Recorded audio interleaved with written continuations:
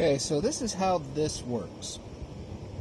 The green wire comes in and connects to this bottom brush all by itself. This brush looks like it still has some material on it, so it probably should be okay. So I'm going to bend that a little bit, get it closer, and then retest it. The green and, the white and the silver, the gray, both go to the upper brush. So we're calling this the bottom. Gears on the top. And they both go to this brush.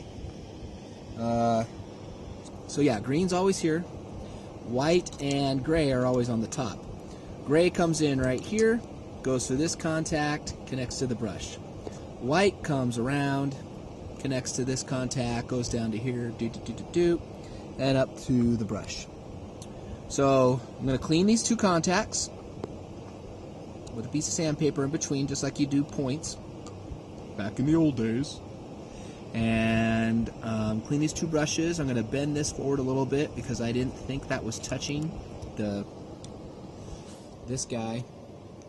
I want to say that's a commuter, but I'm not sure. I'm going to pull these two pieces apart, clean inside of there, and put it back together and see what happens. Well, I've had this put together and it actually worked in both directions. Not perfectly, but I think I'm on the right track. So I've taken this apart. These pieces just slide apart pretty easily.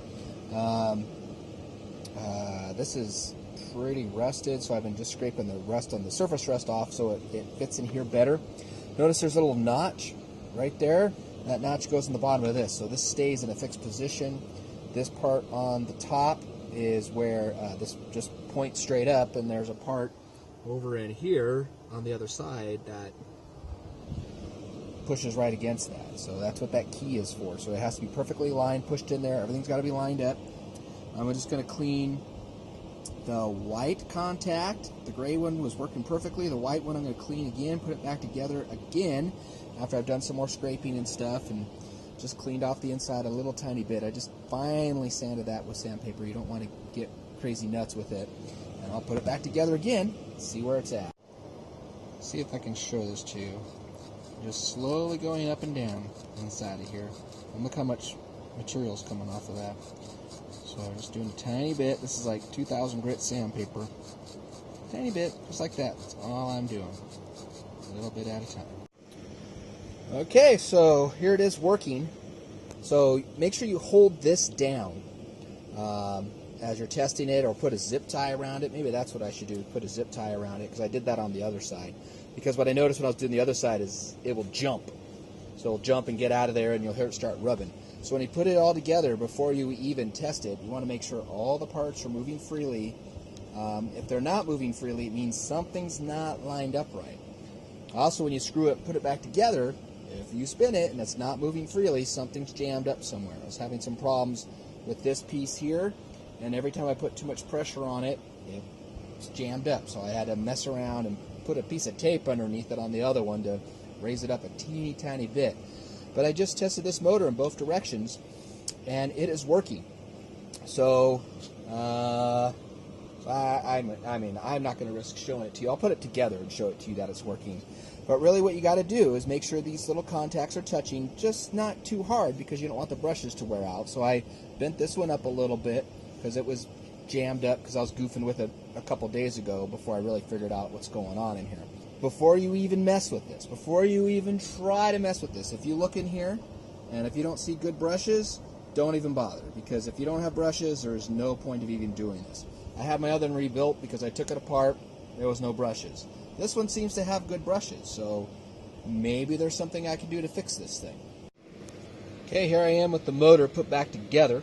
Take it apart's really easy. You just take all these screws out, separate it, wiggle, wiggle, wiggle. These two screws here, I'm noticing if I put any kind of torque on them at all, but that one and that one, then I can't twist this freely. I had the same problem on the other side. I don't know what the deal is. So just don't put too much torque on these. Make sure this thing is spinning freely. These are the two that you want to make sure that's tight, because that's where, in here, where the magnet is, and that's the part that jumps around. So these two, these are tight, these are tight. Don't do it too tight, too, because this thing's a piece of plastic, and these aren't machine screws. These are just like screws that just hold it in. And my other ones were stripped, and I had to use a larger screw to get it to hold together. But this one has been less tampered with, and this is the one that hasn't been rebuilt. You do green to negative, gray to positive, connect it to your little battery, and voila! These are moving. The other direction is white is negative and green is positive, so let me flip these really quick. Okay, green positive, white negative, and it's going the other direction. So it works. Who knows how long this is going to work before it jams again. You know, I'm sure it will, and I'll just end up giving up and buying the motor or get the motor rebuilt, or this might be a permanent fix. Who knows? Because someone was in here before, because the first time I took it apart, it was all filled up with silicone, and who knows what was happening there. I think they put so much silicone in it that it actually plugged this up, the vent, and that's what made it rust inside of there. So I don't know. More silicone, not better in hardly any circumstance I can think of. So I'm going to put it back in the car, and both my lights should be working now. All right, let me get a demo of the headlights going up and down the way they're supposed to. There's both up, both down. And the fan kicks on too, because that's a whole other issue I have with the car.